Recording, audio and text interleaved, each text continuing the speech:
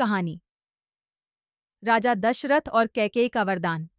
एक समय की बात है जब एक रानी के ईर्ष्यालु मन और एक राजा के पुराने वचन ने एक आदर्श राजकुमार को वनवास दे दिया।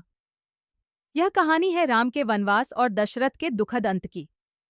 राजा दशरथ अपनी सबसे छोटी और प्रिय रानी कैकेयी को 2 वरदान दे चुके थे, जो उन्होंने कैकेयी को युद्ध में सहायता के बदले में दिए थे। दशरथ अपने ज्येष्ठ पुत्र राम को युवराज घोषित करने वाले थे और पूरी अयोध्या में खुशी का माहौल था।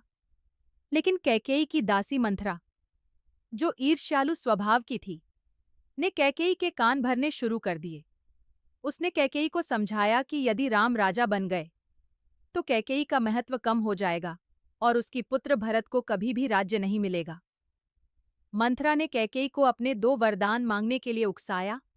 मंथरा के बहकावे में आकर कैकेयी ने राजा दशरथ से अपने 2 वरदान मांगे। पहला, भरत को अयोध्या का राजा बनाया जाए, और दूसरा, राम को 14 वर्षों का वनवास दिया जाए। दशरथ यह सुनकर टूट गए।